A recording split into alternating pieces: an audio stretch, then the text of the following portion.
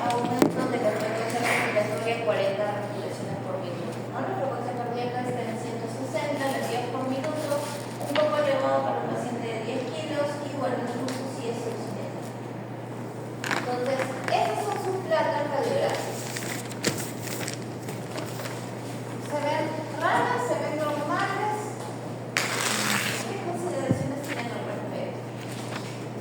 ¿Qué creen que tenemos aquí? Este es el tórax, acá está el diafragma, este es el hígado. ¿Qué tenemos acá?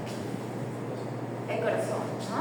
El corazón normalmente debe ocupar ya 2,5 espacios intercostales. Entonces, si vemos aquí, según la simetría, tenemos 1, 2, 3, hasta 4,5 espacios intercostales. Y si observamos la placa ventrolateral, prácticamente el corazón ocupa toda la parte torácica.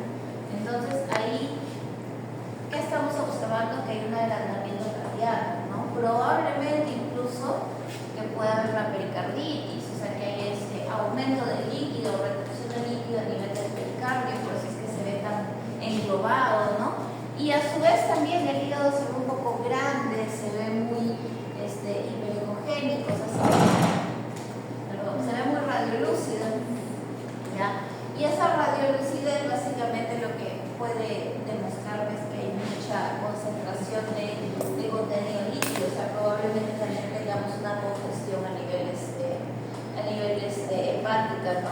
Y si observamos aquí, la tráquea está elevada. Por eso es que uno de los signos típicos de las cardiopatías es la tos, ¿ya? Porque la tráquea no debería verse tan elevada, debería estar así, ¿ya? Y aquí observarse bien el pulmón. Entonces, esta elevación de la tráquea implica que haya cierta compresión, por eso que el paciente ante ciertos movimientos empieza a manifestar tos.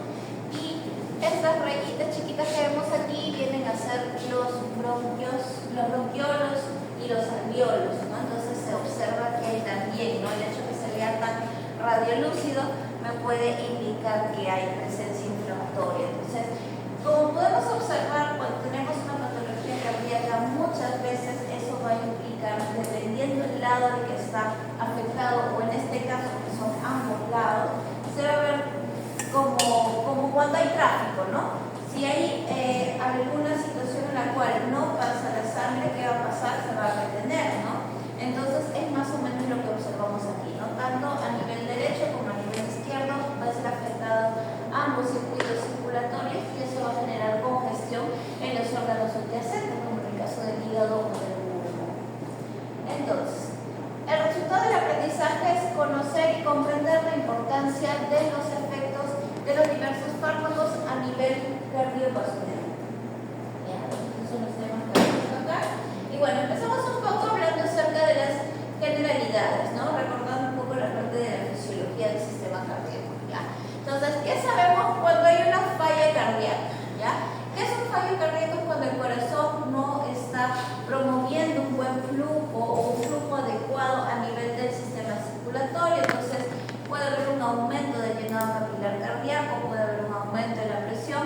Esto, por consiguiente, puede conllevar a lo que es una congestión venosa, una acumulación a nivel de los vasos venosos y obviamente esto va a ser el inicio de lo que sería el daño cardíaco, ¿ya? Entonces, siempre que hay un daño cardíaco va a existir un mecanismo de compensación, ¿no?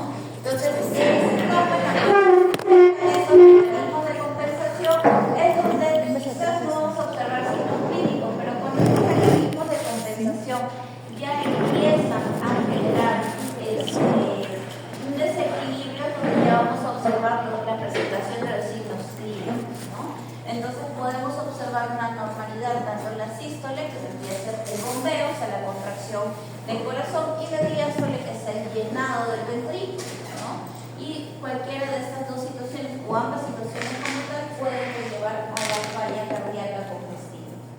Entonces, ¿quiénes van a interferir a nivel del sistema nervioso central con referente a la falla cardíaca? Tanto el sistema central como el sistema nervioso autónomo. El sistema nervioso central, a través de los vasoreceptores, ¿no? Que son los receptores que se van a encontrar a nivel de los vasos sanguíneos y van a transmitir la información al corazón si ha bajado la presión o ha aumentado la presión para tomar alguna acción, ¿no? Cuando quizás los vasoreceptores empiezan a mandar la información de que hay poca presión sanguínea, un mecanismo de compensación que el sistema nervioso va a mandar es la vasoconstricción, ¿ya? Y el sistema nervioso autónomo a su vez también va a implicar ciertos cambios donde van a estar involucrados tanto el riñón, el pulmón y el hígado a través del sistema renina, angiotensina, aldosterona. Entonces, de estos órganos, ¿quién es el primero que le va a decir al sistema nervioso autónomo algo está pasando, está bajando la presión de sangre? El riñón, ¿ya? Entonces, siempre que tenemos una hipotensión muy marcada, el órgano que primero va a dar alerta al sistema nervioso autónomo es el riñón, ¿ya? Entonces, el mantener una perfusión adecuada es muy importante para evitar que el riñón llegue a generar la activación de su sistema renina, angiotensina, aldosterona, porque muchas veces un cuadro hipotensivo, por ejemplo, si lo orientamos al lado de anestesiología, muchos de los fármacos que nosotros utilizamos en anestesiología son vasodilatadores. Por consiguiente, van a detonar uno al nivel del sistema nervioso central que hay poca presión sanguínea, porque los vasos se dilatan y obviamente la cantidad de sangre que va a estar en un vaso dilatado va a ser menor, va a tener menos presión sobre un vaso de mayor diámetro. Y al suceder esto, muchas veces deja de llegar la sangre suficiente al riñón cuando la presión sanguínea va bajando, ¿no es cierto? Entonces, ¿esto qué hace pensar al riñón? Que hay un cuadro de hipovolemia, que necesitamos recuperar la volemia principalmente a los órganos principales, ¿ya? Entonces, el cuerpo siempre va a buscar preservar la sangre en los órganos más importantes, órganos abdominales, cardíaco, pulmón, ¿no? Entonces, ¿qué va a hacer el riñón? Va a activar este sistema y una de las tantas cascadas que ahora vamos a recordar más adelante es la vasoconstricción periférica. Entonces vamos a aumentar una presión sanguínea, en los vasos sanguíneos. También, ¿con qué motivo? ¿No? El motivo también es ayudar a retener líquidos, ¿ya? Y eso también nos va a conllevar a situaciones de edema. Entonces, cuando no hay una situación en la cual realmente hay una pérdida de sangre, es donde más bien en vez de generar una situación, una compensación positiva, terminamos llevándonos hacia otros problemas. Por eso que, por ejemplo, los edemas son uno de los signos clínicos bastante comunes en problemas cardiológicos, ¿no? Por la activación de este sistema, ¿ya? Entonces, cuando vemos que hay un cambio dentro de lo que es el gasto cardíaco, vamos a ver cambios en la frecuencia cardíaca, o sea, ya sea porque aumenta el gasto cardíaco o disminuye el gasto cardíaco, ¿no? Esto va a generar ajustes en la contractibilidad del miocardio. Va a haber una respuesta intrínseca con referente al tamaño muscular. Por ejemplo, si hay una reducción del gasto cardíaco para compensación, va a aumentar la contractibilidad del miocardio y ese miocardio, al estar bastante ejercitado, va a aumentar su diámetro y ahí es donde se generan las hipertrofias, ¿ya? Y evidentemente también va a haber alteraciones en la optimización del tamaño vascular, ¿no? Porque evidentemente también va a haber el gatillo de generar la vasoconstricción, va a haber congestión y eso va a generar también desequilibrios en el diámetro del vaso sanguíneo. Entonces, recordar que cuando observamos una contracción, ¿no? A nivel del músculo esquelético en el corazón, siempre uno de los electrolitos que va a estar bastante implicado en todo el proceso es el calcio, ¿ya? Entonces, este calcio que va a estar en los retículos del sarcómero, ya retenidos, ya o externamente en la célula, va a ingresar o se van a liberar de estos retículos para unirse a la tropomiosina C y de esta manera genera el acortamiento entre las fibras del sarcómero, la actina y la miosina. Entonces, ese acercamiento que se da a través de la activación de la tropomiosina C va a generar la contracción, ¿ya? Entonces, ¿cuándo se genera la relajación? Cuando ese calcio se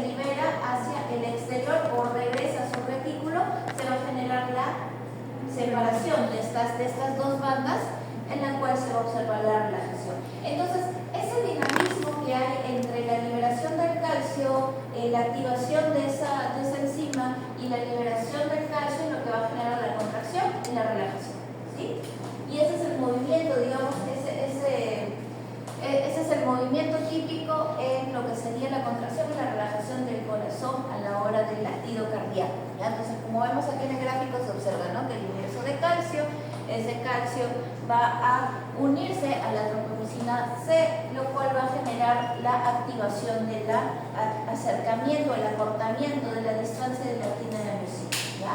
Y cuando va liberándose el calcio, ya sea para irse al retículo sarcómico, del sarcómero, o para liberarse de la célula, es donde se va a generar la relajación. Y eso principalmente se da a través de también el mecanismo de la bomba de sodio-potasio, ¿ya? A medida que hay un intercambio entre esos electrolitos, también por cada 3 sodios que sale, ingresa un calcio, ¿ya? Entonces, esta es la proporción de entrada y salida también, ¿ya? Entonces, vamos a observar también que a nivel vascular vamos a ver el mismo mecanismo. Entonces, cuando aumenta el calcio, ¿qué implica esto? Que va a haber contracción, ¿no? Cuando reduce el calcio, eso va a indicar que hay relajación, ¿ya? Entonces, eso es lo que hay que recordar, la importancia del calcio en ello, ¿no? Entonces, como les decía, también a nivel vascular vamos a ver el mismo mecanismo, ¿ya? Cuando hay ingreso del calcio hacia las fibras del músculo liso de los vasos sanguíneos, va a haber también este acortamiento entre la actina y la miosina, lo cual va a generar una vasoconstricción, ¿ya? Y cuando liberamos el calcio externo, va a haber la vasodilatación, porque va a separar esta actina y la miosina. Entonces, siempre que va a haber un manejo del fallo cardíaco, el cuerpo por defecto lo que va a activar siempre es el sistema de renina, angiotensina, aldosterona, ¿ya? Esto es un complejo netamente de compensación hormonal, neurohormonal, lo cual va a buscar el mantenimiento de la presión arterial normal, ¿ya? Entonces, volvemos a lo que dije inicialmente, ¿no? Cuando el riñón percibe que tenemos poca presión arterial, va a activar este sistema que va a buscar aumentar la presión arterial. ¿Bajo qué sistema? Bajo el sistema de retención de líquidos y bajo el sistema de la contracción de la vasculatura periférica para poder retener mayor cantidad de sangre a nivel central. Entonces, esto va a activar la reducción del gasto cardíaco y la reducción de la perfusión a nivel. Se va a activar a través de la reducción del gasto cardíaco cuando vemos que hay reducción de la perfusión renal, ¿no? Lo cual inicia con la liberación de renina. Entonces, eso es un control fisiológico normal. Cuando este control fisiológico normal se mantiene o es persistente, es donde a lo largo del tiempo va a llegar a generar un círculo vicioso en el cual vamos a generar mayor daño a todo el sistema cardiovascular y el sistema circulatorio en general, ¿ya? Entonces, por ejemplo, este sistema se puede activar quizás en una hipotensión durante un procedimiento anestésico, sí, pero ¿cuál es el detalle? Con un procedimiento anestésico nosotros podemos revertir el efecto que gatilla esta compensación para que luego el cuerpo llegue a su homeostasis y no genere un cuadro nocivo para el cuerpo, ¿ya? Entonces, sabemos que cuando en el corazón baja el gasto cardíaco, esto va a generar lo que es una reducción de la perfusión renal, ¿ya? Entonces, el riñón va a empezar a segregar renina y esta renina va a activar la angiotensinógeno y esto se va a convertir a través de la activación de la renina en angiotensina 1, ¿ya? En esta parte de aquí es donde el primer mecanismo de compensación va a generar lo que es la vasoconstricción periférica. Entonces, de aquí viene la YECA y la YECA va a convertir la angiotensina 1 en angiotensina 2. Esto va a generar más vasoconstricción a nivel arteriolar y a través de la vena periférica, lo cual va a generar como consecuencia el aumento de la presión sanguínea, ¿ya? La angiotensina 2 a su vez va a empezar a activar la segregación de la aldosterona. ¿Y qué hace la aldosterona? La aldosterona es la que va a generar la retención de sodio para retener agua, ¿ya? Y de esta manera aumentar el volumen de la sangre, ¿ya? Y esto obviamente al aumentar el volumen de la sangre se va a generar lo que es el aumento de la presión sanguínea, ¿no? Entonces, ¿Qué es lo que busca este sistema de compensación? Aumentar la presión sanguínea. ¿Y cuándo se da cuenta y por qué quiere aumentar la presión sanguínea? Porque hay una reducción del gasto cardíaco y porque hay una reducción de la presión arterial. Entonces, tenemos aquí, ya a nivel ya un poco más celular, ¿no? Tenemos una reducción de la presión sanguínea, una reducción del gasto cardíaco, y esto lo va a denotar los baroreceptores, ¿no? Va a ir a nivel del sistema nervioso central, va a ir hacia el centro vasomotor, lo cual va a aumentar el tono simpático, ¿ya? Entonces va a generar también la vasoconstricción, pero a nivel de mejorar el tono simpático, ¿no? Entonces estos receptores van a generar la vasoconstricción perigénica, ¿ya? Luego también se van a generar otros receptores que van a aumentar la frecuencia cardíaca, van a aumentar la contracción del corazón, y a nivel de la vasoconstricción periférica va a reducir el flujo de los músculos, va a mantener el flujo en el cerebro y en el corazón, y va a generar más vasoconstricción. Porque este mecanismo de acá va a buscar retener el líquido que hay en los órganos principales, ¿no? Y este mecanismo de aquí que va a generar, va a aumentar el flujo de la circulación a través del aumento de la frecuencia cardíaca, se va a aumentar la rapidez del flujo, y de esta manera a través del aumento de la contracción, ¿ya? Para poder, digamos, tener una mejor irrigación a todo el cuerpo, ¿ya? Entonces, esto es a través de otro tipo de receptores, de otros mecanismos. Entonces, la vasoconstricción va a aumentar la sangre en el corazón, va a aumentar la contractibilidad, y todo esto, ya, lo que va a buscar, y el aumento de la frecuencia cardíaca y el aumento de la contracción va a aumentar el gasto cardíaco, y todo esto va a conllevarnos a una sola cosa, al aumento de la presión sanguínea. Entonces, si vemos, hay dos mecanismos de compensación que se va a dar tanto en el sistema nervioso autónomo y en el sistema nervioso central. Entonces, a nivel de control cardiovascular en la médula oblonga, entonces vamos a ver, ¿no?, que en el sistema nervioso central, el simpático, a través de la norepinefrina, ya, principalmente en los receptores beta 1, donde se va a observar el mecanismo de compensación, principalmente a nivel del corazón, que va a generar lo que es el ingreso de sodio y de calcio, ¿ya? Entonces, va a generar lo que es una velocidad de despolarización, y esto por consiguiente va a conllevar lo que es un aumento del ritmo cardíaco.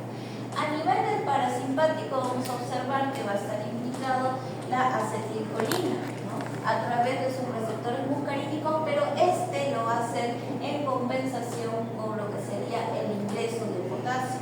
O sea, al ingresar potasio va a reducir el ingreso de calcio.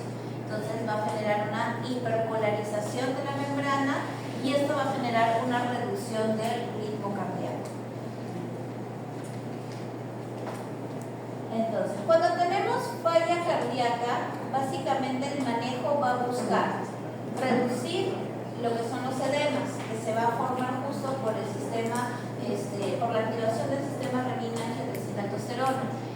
Va a mejorar el gasto cardíaco, ¿no?, aumentando la contractibilidad. Va a mejorar las arritmias, porque justamente en estos cambios a veces que hay dentro de los electrolitos, la retención que a veces se puede dar de sodio o la liberación de potasio, puede también generar cambios en el ritmo cardíaco. Entonces también es importante manejar las arritmias y reducir la precarga, ¿no? Al haber vasoconstricción, sobre todo a nivel venoso, va a generar quizás lo que es una retención de la precarga. Entonces, al reducir, al generar la vasodilatación de los vasos sanguíneos antes de lo que vendría a ser la llegada de la sangre al corazón, también va a reducir el trabajo del corazón, ¿ya? Porque no le vas a llevar tanta sangre acumulada a la vez, le vas a liberar un poquito la llegada de la sangre para que el corazón no tenga que contraerse con mayor fuerza.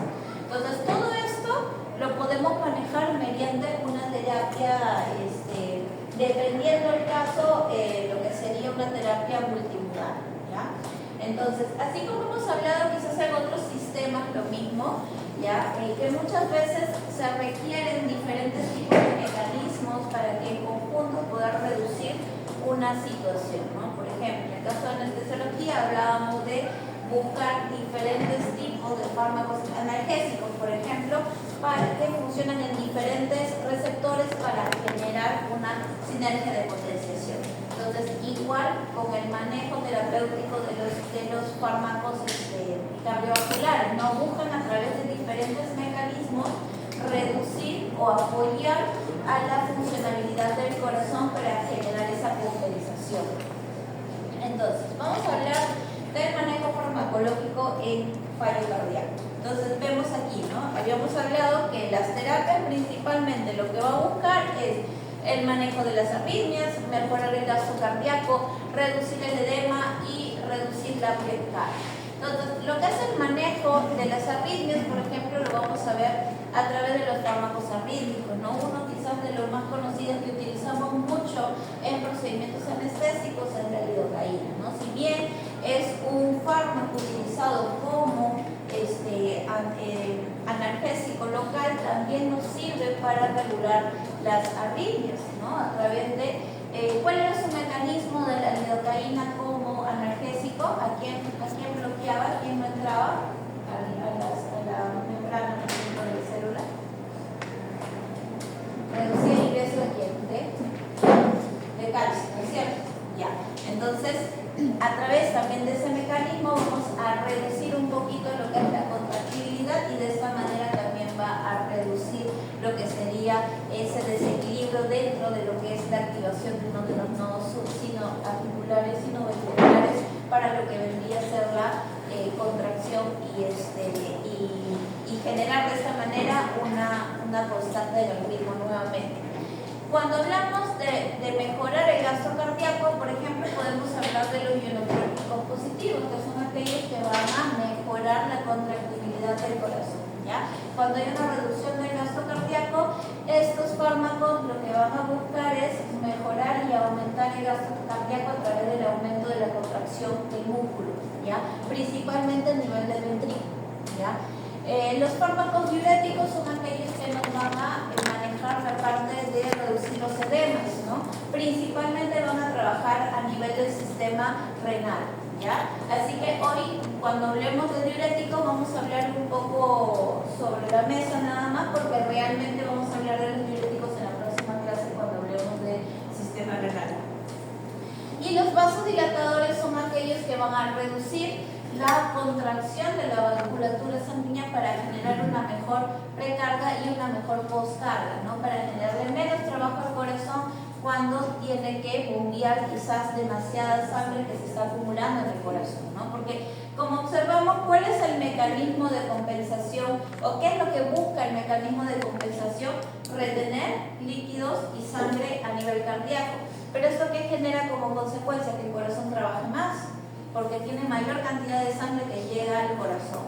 Entonces, si buscamos reducir ese volumen a través de la vasodilatación, o sea, generándole menos llegada tan rápida al corazón, entonces vamos a hacer que el corazón no trabaje de más y no genere quizás la compensación de la hipertrofia, que es una de las compensaciones que más se van a observar en las patologías cardíacas. Y lamentablemente, como les decía, muchas veces las patologías cardíacas, o siempre es así, ¿no? Primero compensan y luego se ve el signo clínico. Entonces, muchas veces nosotros ya observamos a un paciente con signos clínicos y ya tiene una hipertrofia ventricular bastante importante. Entonces, estos fármacos me van a ayudar a que ya si existe esa compensación no empeore más, ¿no? Entonces, vamos a ver que dentro de esta clasificación de fármacos también vamos a tenerlos dentro de lo que sería su acción directa sobre el sistema cardíaco y su acción indirecta sobre el sistema cardíaco. En el caso de los que van a generar una acción directa, estamos hablando de los que generan la contractibilidad directa en el músculo, ¿no? Los que van a activar esa contracción muscular, que van a ser los ionotrópicos positivos. Y los que van a suprimir las arritmias, que son aquellos que los antiarrítmicos que van a funcionar principalmente en los nodos sinoventriculares y auriculares, ¿ya? Los fármacos de acción indirecta son aquellos que van a mejorar, en este caso, la función del sistema cardiovascular, pero por otros sistemas. Por ejemplo, los diuréticos, ¿no? Que van a manejar básicamente lo que es el volumen de sangre, ¿no? Ese volumen de sangre que ha sido aumentado por los mecanismos de compensación va a buscar reducirlos para que no genere mayor alteración. Porque ¿qué pasa cuando tenemos muchos líquidos en el cuerpo? Cuando hay mucho líquido en el sistema cardiovascular, ya cuando sobra el líquido, ¿qué pasa? Lo primero que vamos a observar cuando hay mucho líquido en la sangre es que se va a ir a cavidades, ¿ya? El lecho venoso tiene, cuando ya tiene más de 20 minutos algún fluido en altas cantidades, lo primero que va a hacer es compensar, ¿no? Entonces vamos a liberar el tráfico, por decirlo así, nos lleva a otras vías, ¿no? Y una de las vías más comunes son las cavidades, cavidad torácica, cavidad abdominal, y ahí es donde vamos a observar edemas, vamos a observar quizás hemopericardios, vamos a observar también lo que son edemas pulmonares, ¿no? Porque va a ir hacia la parte intersticial del pulmón, porque el pulmón tiene cavidades, ¿no? Los alveolos, los bronquiolos en realidad son espacios. Entonces un espacio donde si sobra la sangre se va a ir distribuyendo, ¿ya? Entonces los diuréticos lo que buscan es justamente eso, retirar la cantidad de líquidos en exceso que hay en el cuerpo, ¿ya? En este caso de las cavidades de las que se ha ido, para sacarlas del cuerpo, ¿ya? Y por eso es que toman bastante importancia en el sistema renal, porque es el que va a eliminar los líquidos, ¿sí? Y cuando hablamos de otro mecanismo de acción indirecta, hablamos de reducir la resistencia vascular, ¿no? Los vasodilatadores no van a actuar directamente en la contractibilidad o en el funcionamiento del corazón, pero sí van a reducirle el trabajo al corazón, ¿no?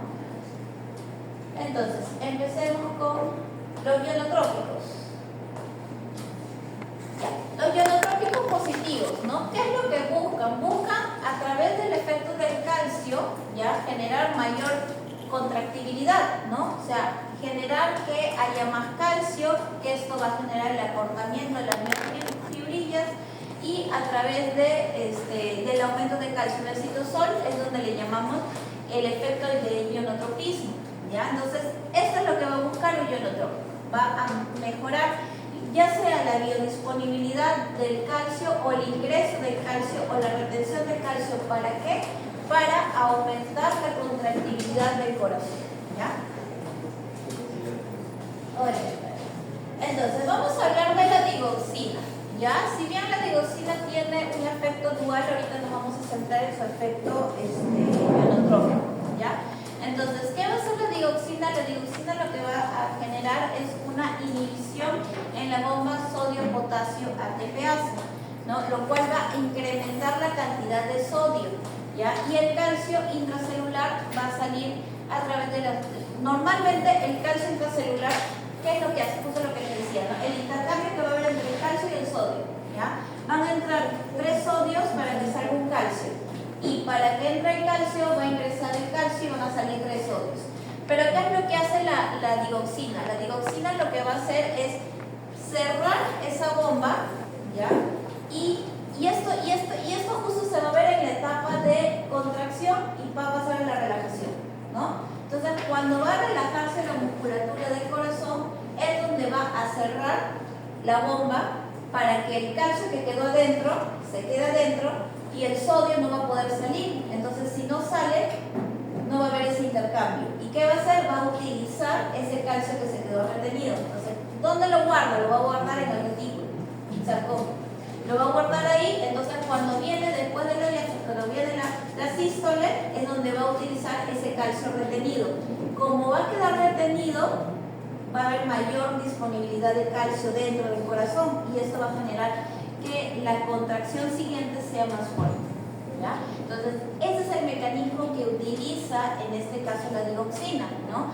El inhibir esa bomba de sodio-potasio para evitar que haya este intercambio del sodio-calcio, ¿ya? Entonces ya no sale el sodio, no va a poder ingresar el potasio, y si no sale el sodio no entra el calcio, pero al no salir sodio no va a volver a ingresar. ¿sí? Entonces, esa es la idea, que no vuelve a ingresar y el calcio que queda dentro lo reutiliza, por decirlo así. Después tenemos los simpaticomiméticos, ¿ya? Los simpaticomiméticos que van a actuar principalmente en los receptores beta 1, ¿ya? También tenemos aquellos simpaticomiméticos que no son tan selectivos, que van a actuar en los beta 2, ¿no? Y es aquellos que van a generar en este caso la broncoconstricción, ¿no es cierto? Entonces, ¿qué es lo que buscan estos simpaticomiméticos? Es una vez que van a ir hacia el receptor beta 1, inmediatamente va a mejorar el ingreso de calcio extracelular. ¿Qué tal? Ingresa el calcio y por consiguiente que va a haber un aumento de la contracción, ¿no? Entonces, eso es lo que principalmente van a buscar los simpaticomiméticos, ¿ya? Que básicamente son neurotransmisores que van a gatillarse como compensación del sistema nervioso central, ¿sí? Ahora, ¿por qué estamos hablando en este caso de los selectivos beta 1? Porque son los que principalmente se van a encontrar a nivel del ventrículo. Entonces van a generar contracción principalmente a nivel ventricular, ¿ya? Por eso hay que tener cuidado con algunos simpaticomiméticos que, por ejemplo, no sean tan selectivos y que, por ejemplo, tengan también tropismo con los receptores alfa. Porque ¿dónde tenemos mayores receptores alfa?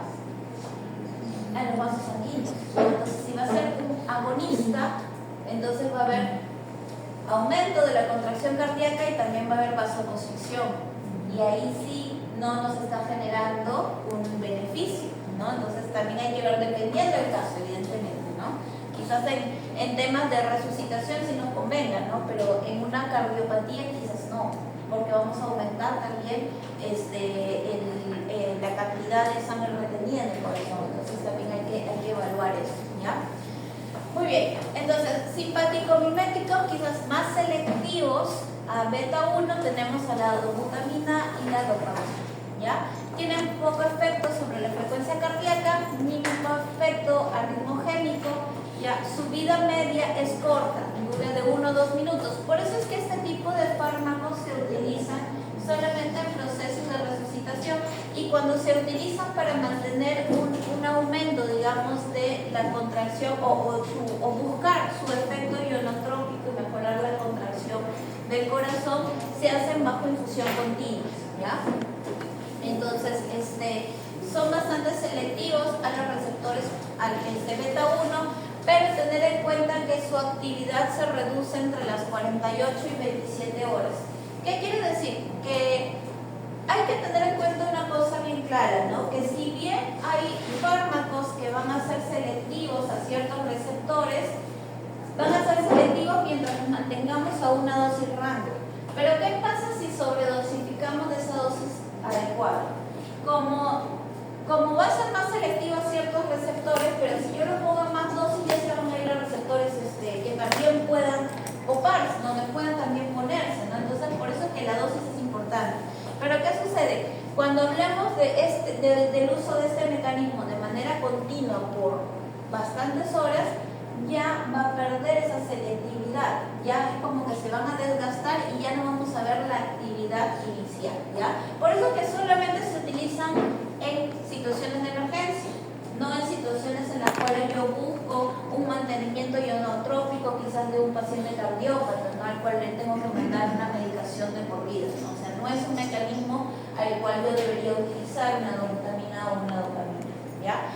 Luego tenemos otro mecanismo que son los inhibidores de la fosfodiesterasa 3, ¿ya? ¿Qué es lo que van a hacer estos? Van a inhibir, ¿ya? Esta enzima para generar mayor presencia del AMP cíclico, que es el segundo mensajero, para poder aumentar la liberación del calcio del retículo sarcómico, ¿ya? Entonces, ¿qué es lo que va a hacer? A través de, digamos que dentro de la compensación, ¿no? Para mantener un equilibrio dentro de la liberación del calcio, esta enzima lo que va a hacer es mantener el AMP cíclico de una manera, en una cantidad adecuada para generar una contracción normal, ¿no? Por decirlo así. Entonces, si yo bloqueo esta enzima, ya no voy a hacer que reduzca esa cantidad de AMP cíclico, sino que más bien haya mayor exceso y esto va a generar mayor alerta al retículo para que libere más cantidad de calcio. Entonces, al haber más calcio va a haber mayor contracción, ¿sí? Porque va a tomar más posiciones de la tropomicina C para generar el efecto de contracción. Bueno, ahora pasemos a los antiarrítmicos. Ya. Un dato quizás para tenerlo en cuenta es que por cada 25 pacientes felinos, un paciente se le va a encontrar arritmia en el electrocardiograma. No, o sea, se le va a encontrar arritmia sin utilizar un electrocardiograma como método de diagnóstico, ¿ya? Y en perros es 1 de cada 20, ¿ya? ¿Qué me puede generar importancia este dato? De que realmente para yo determinar una arritmia patológica no solamente debo confiarme de lo que yo oigo, de lo que yo oculto, sino es necesario hacer un electrocardiograma. Y la diferencia entre especies también es importante, por eso que a veces en gatos es más difícil poder determinar una patología cardíaca, ¿no? Y es por eso me ha pasado en una oportunidad, y tengo colegas que también les ha pasado, que, por ejemplo, pacientes felinos clínicamente sanos, ocultación sana, vienen solamente para una esterilización, una OVH, 2 veces la pasa, y mueren en la inducción, ¿ya? O mueren en el procedimiento. Tú les mandas a hacer una necropsia y tenían una cardiopatía. Incluso tengo un colega que a uno de ellos le hicieron estudio cardiológico previo a la cirugía. Y cuando le hicieron la necropsia tenía una cardiopatía. Entonces, con los gatos siempre existe ese mayor riesgo, ya es por una cuestión de especie, ¿no? Las cardiopatías a veces son muy rebuscaditas en gatos.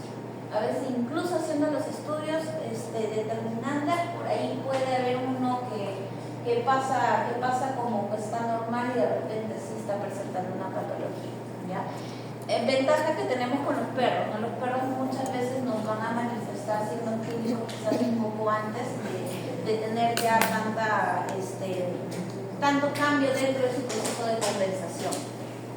Entonces, ya, recordar un poco cómo es la secuencia de movimiento cardíaco.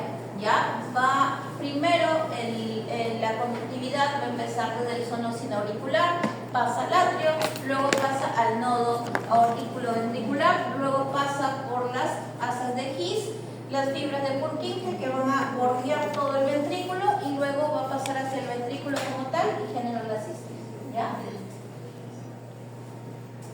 Entonces, vamos a hablar acerca de las fibras especializadas del sistema conductor, ¿ya? Entonces, sabemos, como habíamos hablado hace un momento, que cuando tenemos una activación de las neuronas simpáticas, vamos a ver que hay liberación de la norepinefrina, que va a ir selectivamente hacia los receptores beta-1, lo cual va a generar un aumento de sodio para el intercambio con calcio, y esto va a aumentar la despolarización y aumentar la frecuencia cardíaca.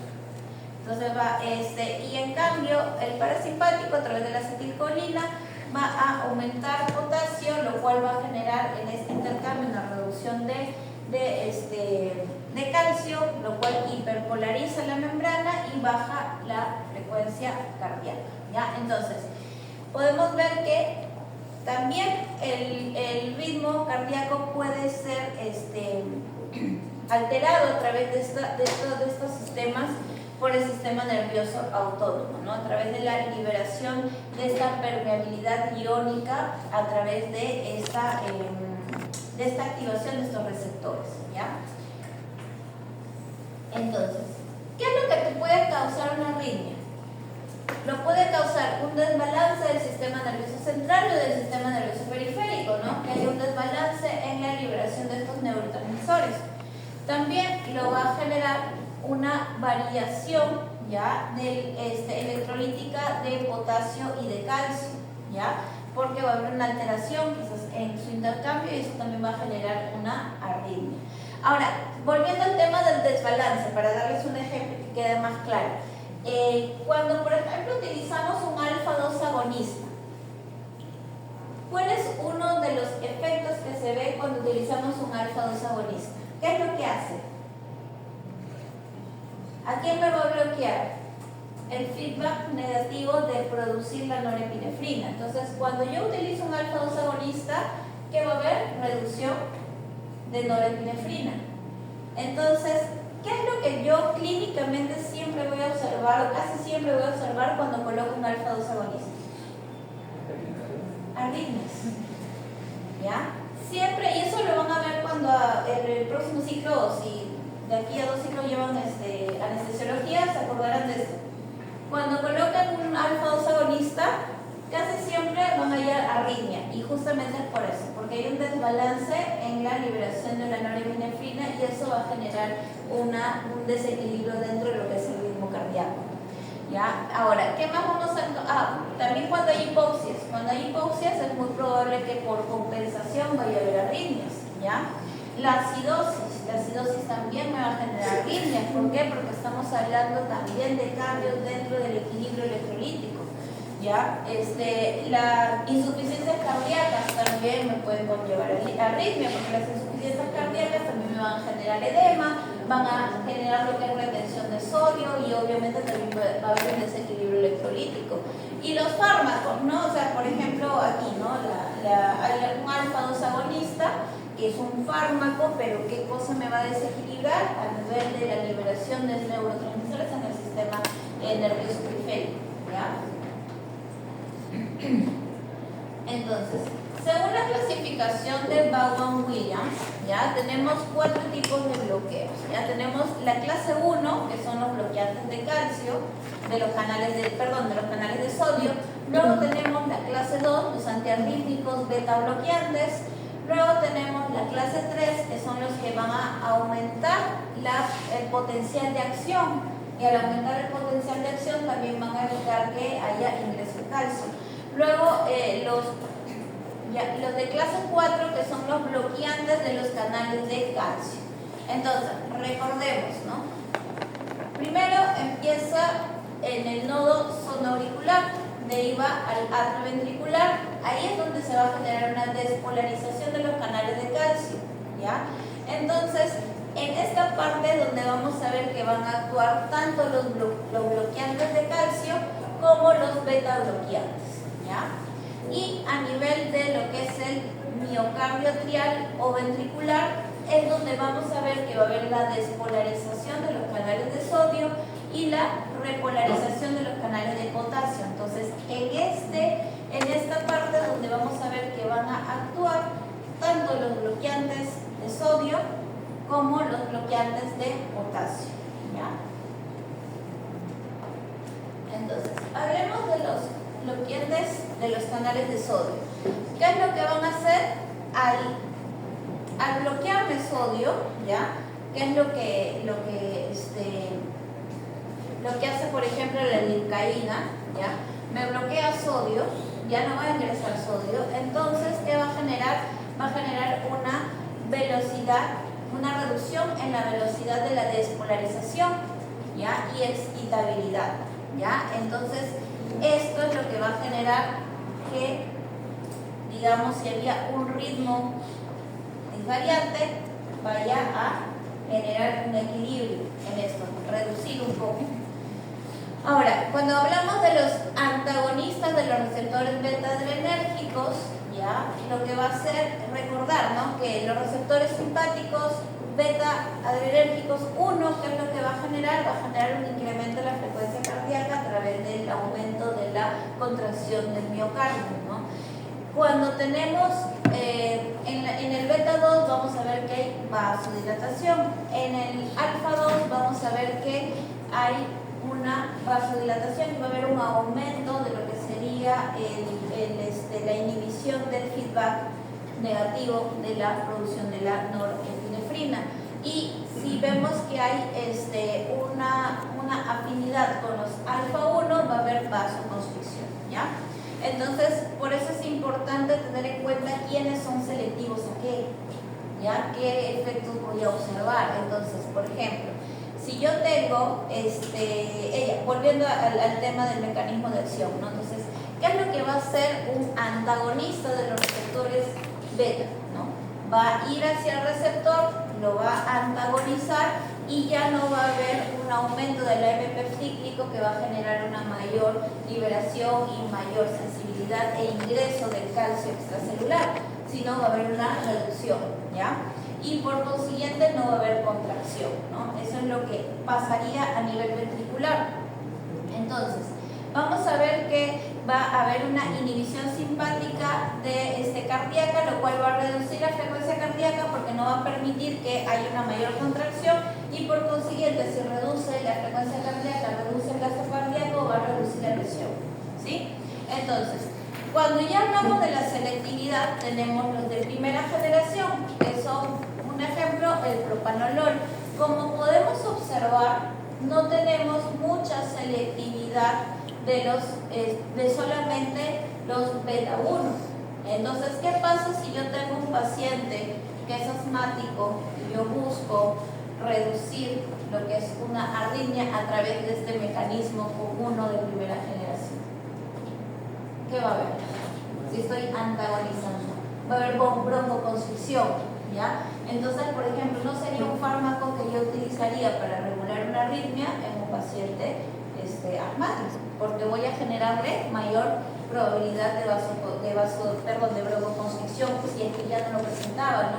por la situación en la X en la que está el paciente.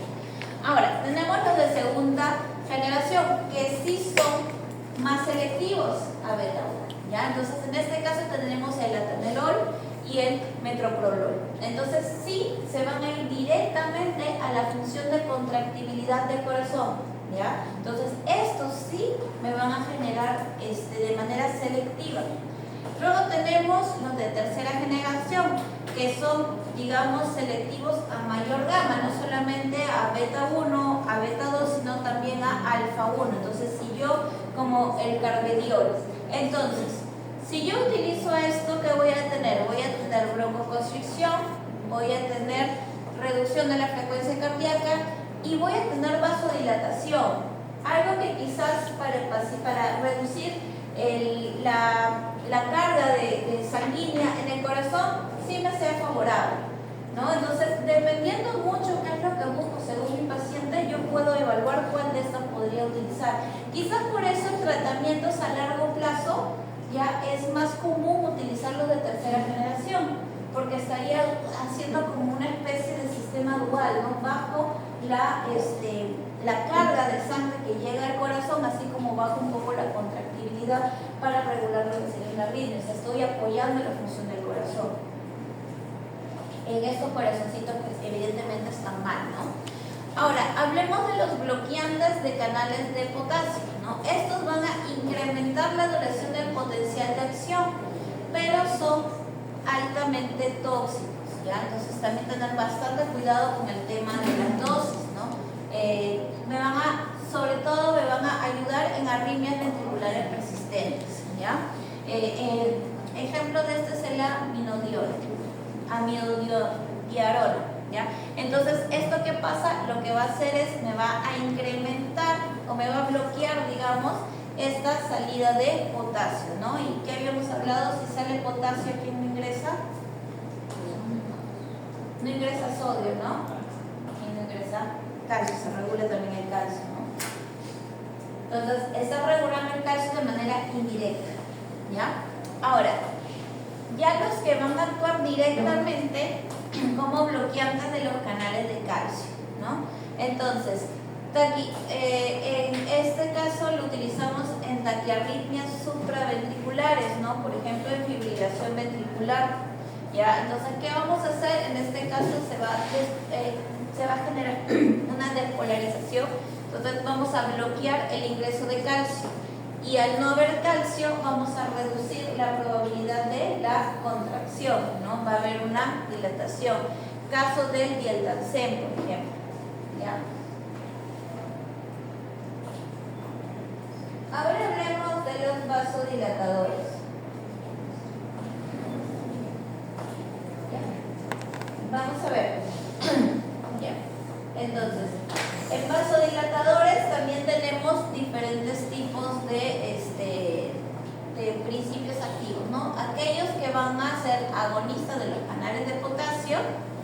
los inhibidores de la YECA, ¿ya? O sea, justo los que van a interferir en el sistema de renina-angiotensina-aldosterona, que era uno de los mecanismos de compensación de este sistema, el retener líquidos, ¿no? Entonces vamos a actuar también a ese nivel. Los bloqueantes de canales de calcio, ¿ya? Después también vamos a tener los inhibidores del receptor 1 de la angiotensina 2, entonces también para interferir dentro de lo que sería la generación de ¿qué? De la aldosterona, o sea, para evitar que se genere. Y los nitrovasodilatadores. Bien. Entonces, empecemos con los inhibidores de los receptores 1 de la angiotensina 2. Entonces, cuando tenemos la cascada del sistema renina-angiotensina-aldosterona, vamos a observar que el angiotensinógeno se va a convertir en angiotensina 1 a través de la segregación de la renina, ¿sí? Entonces, esta angiotensina 1 a través de la YECA, ¿ya? Se va a generar la angiotensina 2. Y aquí es donde van a generarse dos receptores. El receptor 1 que va a generar vasodilatación y el receptor 2 que va a generar o va a promover la vasodilatación y el receptor 1 que va a promover la liberación de aldosterona y a su vez va a ser el que va a retener sodio para aumentar líquidos.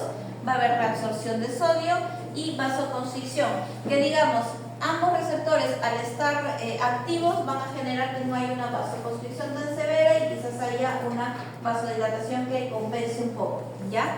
Entonces, al reducir o al evitar que se forme este receptor, ¿qué vamos a generar? Vamos a generar que solamente persista la vasodilatación, ¿ya? Entonces, lo cual evidentemente me va a liberar la sobrecarga de trabajo en el corazón, ¿ya? Ahora, hablemos de los inhibidores de la YECA, captopril, enalapril, el ramipril, ¿ya? Que se encuentran integrados, por ejemplo, en el cardial, ¿no? En el cardial. Entonces, vamos a observar, ¿no? Nuevamente yéndonos a nuestra cascada, tenemos, ya, angiotensinógeno con la renina se convierte en angiotensina 1 y justo aquí, cuando la YECA va a activar la angiotensina 1 para que se forme una angiotensina 2, es donde van a actuar estos inhibidores. Entonces, me quedo aquí. Y ya me olvido de todo esto, ya no se va a generar esto, ¿no? Entonces, ahí ya evitamos, digamos, la parte mala de lo que podría generar un círculo vicioso en un problema cardiovascular. Ya. Entonces, ahora hablemos de los bloqueantes de calcio, ¿ya?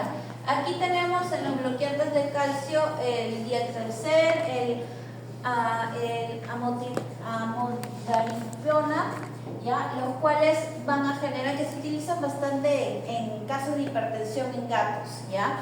Entonces vamos a observar que en el músculo liso lo que va a evitar es que ingrese el calcio, ¿ya? Y genere la activación de la miosina quinasa, que lo que va a hacer es a través de la fosforilación de la miosina de la cadena ligera, la interacción entre la actina y la miosina. ¿Para qué? Para que se dé la vasoconstricción, ¿no es cierto? Entonces, al no ingresar calcio, ya no va a haber vasoconstricción como tal, sino por lo contrario, va a haber una vasodilatación. Y eso se va a ver a nivel de las arterioles, ¿no? Lo cual va a ayudar a bajar la presión arterial. A nivel del corazón, al no ingresar el calcio, va a reducir la velocidad de conducción a nivel del aurículo-ventrículo, va a reducir la frecuencia del marcapaso del sono auricular, va a reducir el ingreso del calcio, va a reducir la contractibilidad del miocardio y por consiguiente la frecuencia de la apertura del calcio va a también verse reducido, ¿no? Entonces ya no se va a poder ver esa contracción cardíaca tan severa que se genera ante el mecanismo de compensación. Entonces aquí tenemos, ¿no? Drogas, por ejemplo, hipertensoras, ¿no? Que a través de los mecanismos de la vasodilatación o de la reducción de la contractilidad de los vasos sanguíneos tenemos el amlodipino, ya que como les digo es bastante utilizada en gatos, ya, a través de su mecanismo de bloqueantes de los canales de calcio. Luego tenemos el enalapril, el ramipril, el benacepril, que estos son inhibidores de la YECA, la telmisartán, ya que va a manejar básicamente la proteinuria a través del manejo de las regiones del CECAP-D, ya a través de lo que sería la angiotensina 1, va a inducir, ¿no?, a la reducción de los receptores 1, el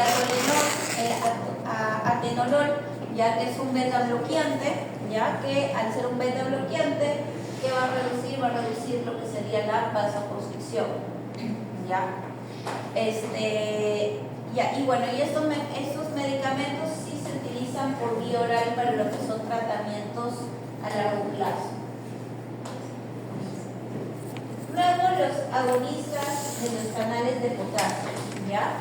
Esos son fármacos que van a regularizar principalmente lo que es el tono de la musculatura lisa, ¿ya? Por ejemplo, tenemos el diazotilo y el minicidilo, ¿ya? Su mecanismo de acción básicamente es aperturar los canales de potasio, lo cual va a generar por hiperpolarización. No, normalmente pasa esto por hiperpolarización, una dilatación de la arteriola, ¿ya? Y se va a generar la relajación del músculo, ¿no?, lo cual va a reducir la total resistencia vascular, y esto va a reducir lo que vendría a ser la presión arterial. Y los nitrovasodilatadores básicamente lo que van a reducir es la síntesis de la proteína quinasa para lo que sería la biodisponibilidad del calcio, ¿no?, dentro de lo que es un sistema en el cual se produce el AMP cíclico para poder dar respuesta a la liberación de calcio. Entonces, al bloquear este mecanismo, ya no va a haber esa señalización para la liberación de calcio, sino por lo contrario, va a haber una reducción de la liberación de calcio, y también eso va a reducir la contracción del vaso sanguíneo. Ahora hablemos de los diuréticos. Los diuréticos tenemos principalmente estos tres tipos, ¿ya? Los diuréticos de Lassa, los diuréticos de tiazidas, los diuréticos ahorradores de potasio. También vamos a hablar cuando veamos a nivel renal otro tipo más, pero estos son los tres que van a intervenir principalmente en problemas cardiológicos. Entonces, los inhibidores de la ASA, por ejemplo, furosemida, toracemida, son fármacos que van a modular la función transportadora, ya a través en el sistema de la neurona, ¿ya? ¿Qué es lo que principalmente vamos a observar con los diuréticos de Lassa, que son los más potentes diuréticos, ¿ya? Dentro de todos son los que me van a movilizar mayor cantidad de fluidos, ¿ya? Cuando tenemos edemas severos, los diuréticos de la ASA son siempre nuestra primera elección. Luego tenemos los diuréticos tiazidas, como la hidroclorodiazidas, que también me van a movilizar grandes cantidades de líquidos, pero no van a compararse tanto con los diuréticos de ASA, ¿no? Y bueno, los diuréticos ahorradores de potasio, por ejemplo la espironolactona, ¿ya?, que van a actuar principalmente en los receptores intracelulares, ¿ya? Que también me van a ayudar a lo que es movilización de fluidos, pero también no van a ser tan potentes como los dos anteriores, ¿no? Dentro de lo que son tratamientos quizás a largo plazo, en la cual no tengamos edemas muy severos, sí podemos apoyarnos de estos medicamentos, ¿no?, como parte de un mecanismo compensador general. Entonces, comparando un poco las potencias, ¿no? Como vemos, furosemida y torosemida, que son inhibidores de las ASAs, ya vamos a ver que son altas. Bueno, la torosemida es 10 veces más alta, ¿ya? En el caso de la espironolactona, como vemos, es un agonista de ahorradores de potasio o un antagonista de aldosterona, ya es baja su potencia diurética, ya me va a trabajar a través del mecanismo de los ahorradores de potasio. En cambio, furosemida y torsemida no. Dentro de lo que es su tiempo de vida, ¿no? Podemos observar que la espironolactona nos puede durar alrededor de 24 horas. La furosemida es de acción corta. Ya por lo general en tratamientos de emergencia los podemos utilizar, ¿ya? En periodos de 4 o 6 horas, ¿no? Para quizás reducir edemas que están generando un cuadro agudo, ¿ya? Se puede utilizar dentro de lo que es un tratamiento a largo plazo también. Pero ¿qué es lo importante que tenemos que tener en cuenta? Y quizás le voy a poner más énfasis en la próxima clase, cuando utilizamos los inhibidores de la emergente, que como hablamos de movimientos de fluidos en grandes cantidades o en altas cantidades, eso podría generar también liberación o llevarme ciertos electrolitos que deberían estar en equilibrio, ¿ya? Y evidentemente un mal manejo de estos diuréticos me puede conllevar a arritmias, me puede conllevar también a lo que vendría a ser desequilibrios electrolíticos que yo debo estar chequeando cada cierto tiempo, ¿no? Entonces, por ejemplo, en pacientes cardiópatas es muy importante que les hagamos un chequeo de electrolitos quizás cada 3 meses, o si evidenciamos una arritmia, hacerlo de manera inmediata para poder regular cuál es el electrolito quizás que está en pérdida y poder regular esta deficiencia, ¿no? Que lamentablemente es parte del tratamiento, ¿ya?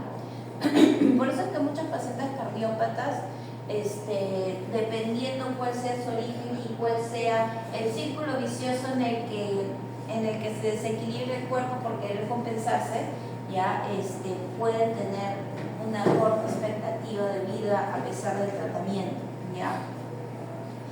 Aunque hay casos raros, yo tenía un paciente, por ejemplo, que, si mal no me equivoco, se le diagnosticó su cardiopatía a los 17 años, ya era un chihuahua, y el chihuahua vivió hasta los 21.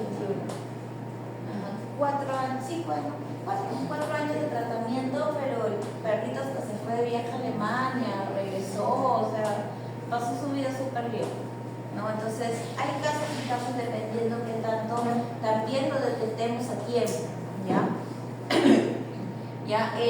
La torsemida sí podemos observar que tiene un tiempo de vida media entre 12 a 24 horas, pero también tener en cuenta que con este tipo de diurético tenemos que tener mucho más cuidado porque el movimiento de líquidos es más alto todavía. Entonces, mayor propensidad a esos desequilibrios electrolíticos, ¿ya? Y bueno, a nivel de lo que vendría a ser la producción de fibrinas, ¿no? El antifibrótico vendría a ser la espironolactona. Muy bien, entonces, hablemos de aquellos fármacos, o principalmente de uno, que es el Fimovenda, que es un fármaco que va a funcionar como ionotrópico y vasodilatador. También se le conoce con el término de ionodilatador. Entonces, aquí tenemos el Fimovenda, ¿ya? Principalmente lo que vamos a ver es que va a mantener una sensibilidad, lo que va a generar es no incrementar la sensibilidad de calcio. O sea, va a utilizar 2 mecanismos para generar el ionotropismo positivo, ¿no? No incrementar el calcio, ¿ya? Y también no incrementar el consumo de oxígeno en el miocardio. Entonces, ¿qué es lo que va a realizar como tal? Va a nivel de la sensibilización del calcio, ya lo va a aumentar, ¿no? Va a aumentar la sensibilización de la tropiomiosina C con el calcio, ¿ya? Entonces, para poder generar una mejor contractibilidad, ¿ya? Entonces, el calcio ingresa y rápidamente se va a unir a la tropiomiosina. Entonces, va a haber mayor disponibilidad del calcio que se va a liberar de los retículos para poder generar una mejor contracción, ¿no? Es como si hubiese mayor concentración de calcio, ¿sí? Como que lo volvemos más potente la tropiomiosina para que el calcio pueda, mayores moléculas de calcio vayan a todas las tropiomosinas. Y otro mecanismo que genera el pimovendán dentro de lo que vendría a ser como ionotrópico es aumentar el AMP cíclico, ¿ya? Entonces, si aumenta el AMP cíclico, va a activar a mayores proteínas quinasas, y esas proteínas quinasas que van a realizar van a generar la señalización al retículo para que libere mayor cantidad de calcio. Entonces, a través de esos dos mecanismos, ¿qué va a hacer? Va a generar lo que es la contractilidad, ¿ya? ¿Y cómo va a generar este aumento del AMP cíclico? A través de la inhibición de la fosfodiesterasa 3, ¿ya? Entonces, esa enzima, que es la que regula la cantidad de AMP cíclico que se produce, la bloqueamos, se va a producir más, va a producir mayor proteína quinasa, y esto va a generar mayor liberación de calcio, ¿no? Mayor señales de liberación de calcio. ¿Ya? Ahora, como decíamos, vamos a ver que tiene un efecto ionotrópico y un efecto vasodilatador, ¿ya? Como vasodilatador, ¿qué vamos a observar? Que al aumentar el AMP cíclico, ¿ya? Y al aumentar la proteína quinasa, esto ya hablando del músculo liso, ¿ya? Va a implicar lo que vendría a ser, en este caso, la relajación muscular, ¿ya? Entonces vamos a observar que en este caso se va a bloquear la fosfodiesterasa, el AMP cíclico va a aumentar, ¿ya? Va a activar a la proteína quinasa, y en este caso lo que va a hacer es, va a inactivar ya el mecanismo en el cual va a generar la reducción de la fosforilación de la miosina, en el cual va a haber una activación de la cadena ligera de miosina, que más bien por lo contrario lo que va a generar en la musculatura lisa es la vasodilatación, ¿ya? Y esto va a generar esta relajación del músculo, y por consiguiente va a haber una reducción de la precarga hacia el corazón. Entonces, vamos a hablar ahora de diferentes manejos que vamos a hacer cuando hay un fallo cardíaco, ¿ya? Cosas importantes que tenemos que saber. Entonces, primero, ¿ya? Saber que en el caso de caninos, la reacción de los fármacos ya es más predecible y más estandarizada, ¿ya? Entonces, la ventaja de los caninos como especie es de que las dosis, rangos que se manejan van a ser mejores, vamos a ver un mejor efecto en el caso de caninos, ¿ya? En el caso de felinos, sí tener mucho cuidado con el tema de la toxicidad, ¿ya? Y la variabilidad de los fármacos. Entonces, tener mucho en cuenta la dosificación por especie, ¿ya? Volver a ser conscientes de que la dosificación de felino tiene que respetarse, y ante cualquier situación adversa que se vea de toxicidad o algo, se suspende el tratamiento, ¿ya? Siempre hay mayor riesgo con ellos, ¿ya? Entonces, la monitorización farmacológica por eso es muy importante, o sea, siempre es importante, y no solamente a nivel cardiológico, sino en todo tipo de profilaxis que se vaya a mandar. Siempre es importante ver la evolución del tratamiento, o sea, quizás se le cita a la semana de tratamiento para ver cómo está, o le dices a los 3 días para ver cómo le ha ido con el fármaco, ¿no? Quizás tener mejor monitoreo incluso con la especie felina que con la especie canina, ¿ya?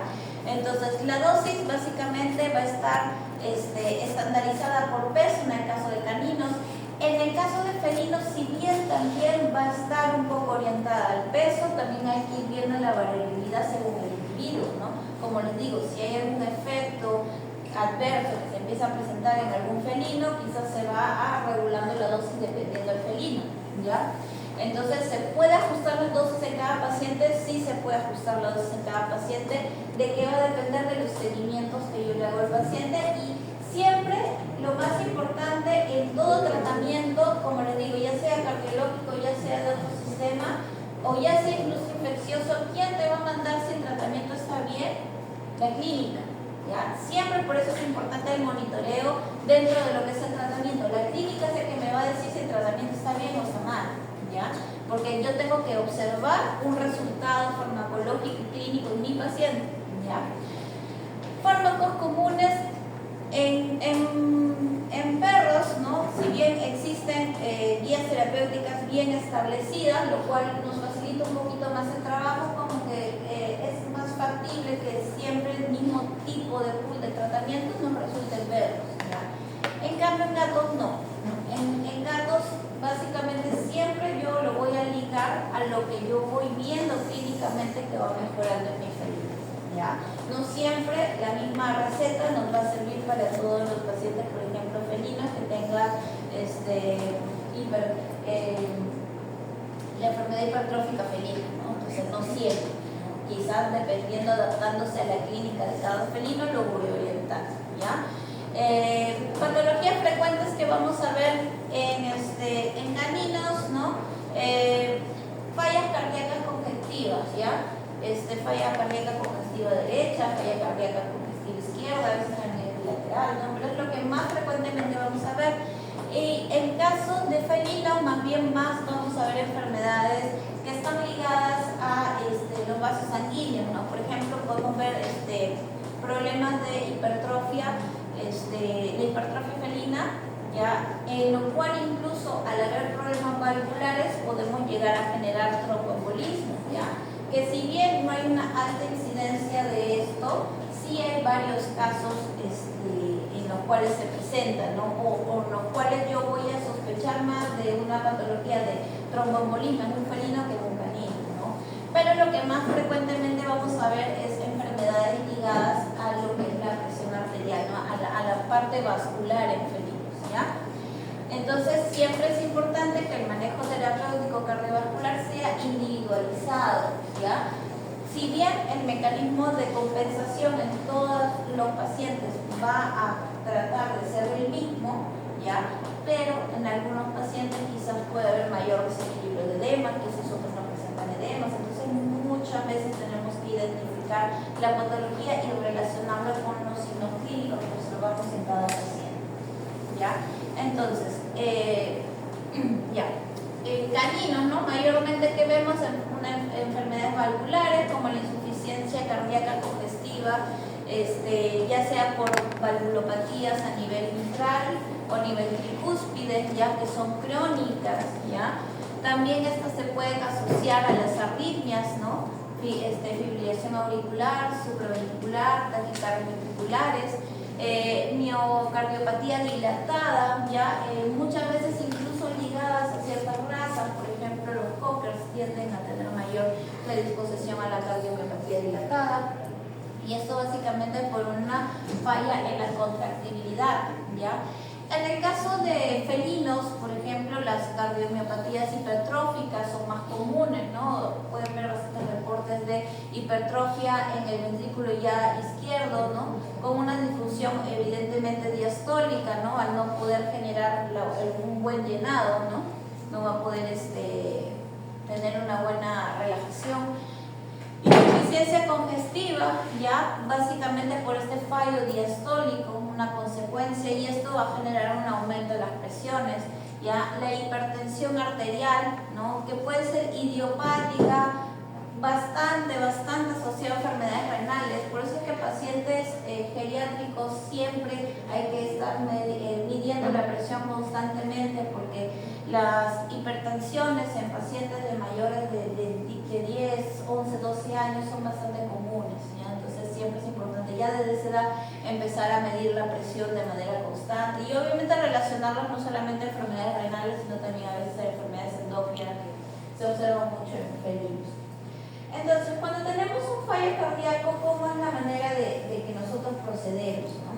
Entonces, por ejemplo, tenemos la etapa A, que es cuando el perro con alto riesgo de enfermedad cardíaca no presenta ninguna fase de la enfermedad, ¿no? Ejemplo, pacientes, por ejemplo, un cocker, ¿no? Que siempre va a tener una cardiomiopatía dilatada por lo general. Entonces yo empiezo a chequear a ese paciente desde una edad promedio, ¿no? Un paciente de 5 o 6 años ya empiezo a hacerle su chequeo cardiológico porque yo sé que tiene esa tendencia, ¿ya? Entonces, en la etapa A es en el cual yo evalúo y mi paciente está sano, no presenta nada, ¿ya? Etapa B es donde ya empiezo a escuchar algún ruido patológico, quizás un soplo, ¿ya? En el cual se va a sentir que el flujo tiene un retorno, ¿ya? hay diferentes tipos de soplo. Entonces, ya desde ese momento que yo ya siento algún signo clínico que me indica que algo raro está pasando, hay dos etapas aquí, ¿no? Que se saca una radiografía y se ve que el corazón está normal. Entonces ya hay un soplo, radiográficamente está normal. Eso quiere decir que si radiográficamente está normal, el corazón ha compensado en una hipertrofia, todavía, ¿no? Entonces, mientras no se presente una alteración que quiere decir que ese corazón está contrayendo y está dilatando de manera normal, ¿necesito ponerle algún medicamento? No, porque el corazón todavía está cumpliendo su función, ¿ya? Entonces yo no puedo alterar porque todavía está en homeostasis, ¿ya? Una etapa B, donde yo ya veo que hay un agrandamiento cardíaco, ¿no? A nivel radiográfico. Entonces ahí pasamos a hacer quizás un ecocardiograma, a ver cómo están esas válvulas, a ver si la contracción está bien, un electrocardiograma para ver si todo con referente a la contracción está bien, mido presión arterial, mido todo y el paciente está ok, ¿no? No hay ninguna alteración, o sea, a pesar del agrandamiento cardíaco todavía no hay ninguna alteración en su fisiología, todavía no medico, pero observo, ¿no? Entonces quizás este pacientito a los 3 meses o los 6 meses, dependiendo de su edad, quizás es un paciente, ¿qué te digo?, de 7 años, de 6 años, puedo esperarle 6 meses, ¿no? A ver cómo va en 6 meses el corazoncito. Si es un paciente de 10, 11 años, quizás espero un poco menos, ¿no? A ver en 3 meses cómo va. Y le vuelvo a hacer un chequeo cardiológico, ¿ya?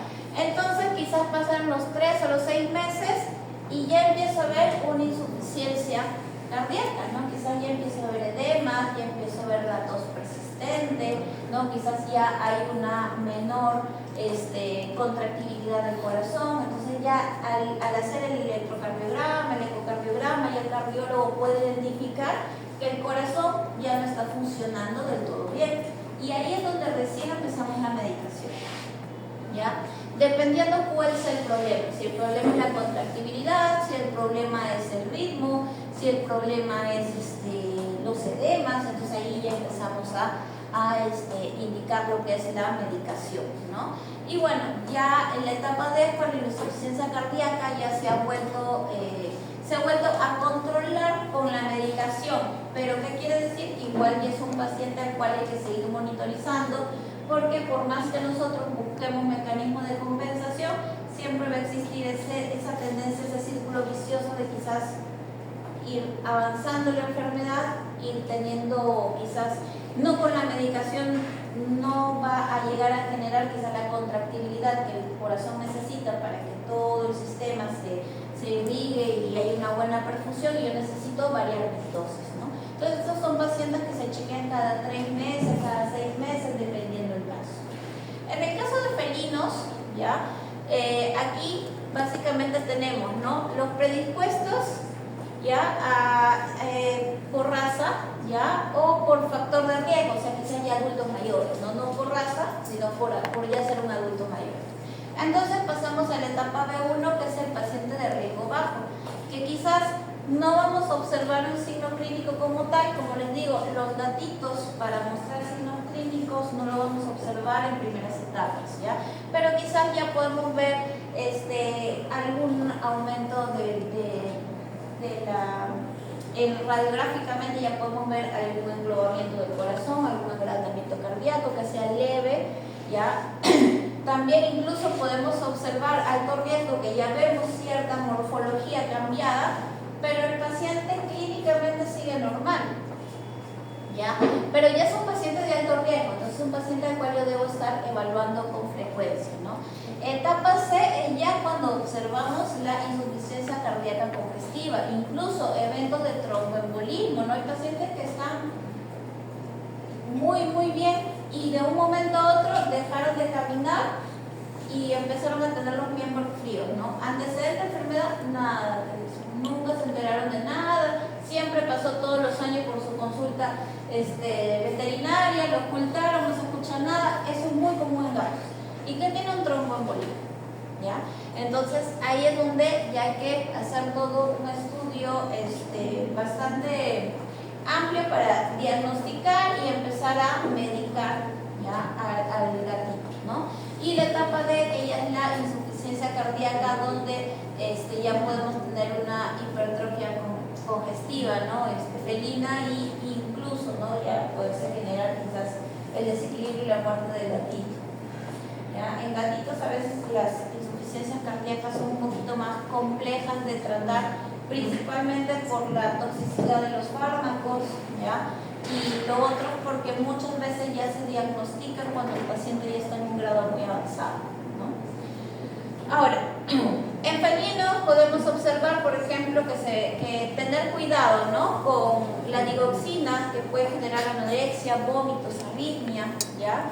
Y alteraciones electrolíticas, ¿ya? En el caso de caninos, tener cuidado con los diuréticos, porque también nos pueden generar alteraciones electrolíticas, ¿no? Y el Fimovendan también, ¿no? Tener siempre lo que es una evaluación del paciente también a nivel de la toxicidad electrolítica, ¿ya? Entonces la monitorización clínica en ambos casos siempre es sumamente importante, ¿ya? Entonces siempre hay que vigilar frecuentemente, hay que realizar estudios de laboratorio, electrolitos es muy importante. Una vez que ya empezamos con tratamientos para pacientes cardiópatas, la medición de electrolitos es sumamente importante para ver que el tratamiento no los esté desregulando y quizás nos conlleve a otras comorbilidades, ¿ya? Y por eso mismo es importante este chequeo, porque de esta manera vamos reajustando nuestra dosis, ¿no? Quizás el paciente a la dosis que le estamos aplicando nos está funcionando o está viendo una buena contractibilidad, pero está desequilibrando los electrolitos. Entonces, a pesar de eso, tenemos que regular un poco la dosis y quizás apoyarnos con otros medicamentos que también nos generen el mismo efecto. Entonces, el Fimovendan en caninos lo podemos observar en la dosis entre 0.2 a 0.3 miligramos por kilo cada 12 horas, en felinos de 0.2 a 0.3 miligramos por kilo cada 12 horas. En ambas especies se utiliza igual. Las furosamidas también lo podemos utilizar en los dos, de 1 a 3 miligramos por kilo en caninos, ¿ya? Incluso a veces se utiliza en 4, en 5, pero mucho cuidado con esas dosis, ¿ya? Por vía oral o intravenoso, cada 8 horas, cada 24 horas, va a depender mucho de lo que buscamos en nuestro paciente, ¿ya? Incluso en situaciones de emergencia, la furosemida la podemos usar cada 4 horas, cada 6 horas, ¿ya? Cuando tenemos edemas bastante severos, ¿no? Sobre todo los edemas a nivel pulmonar. En gatos lo manejamos de 1 a 2, acá sí tener bastante cuidado, sobre todo cuando tenemos pacientes renales, ¿ya? Quizás en felinos es más común tener un paciente renal ya a partir de los 7 años, entonces el uso de un diurético tiene que ser sumamente controlado, sumamente vigilado en felinos, ¿ya? La digoxina, bueno, no hay en sí, tener precaución con la toxicidad principalmente en felinos, ¿ya?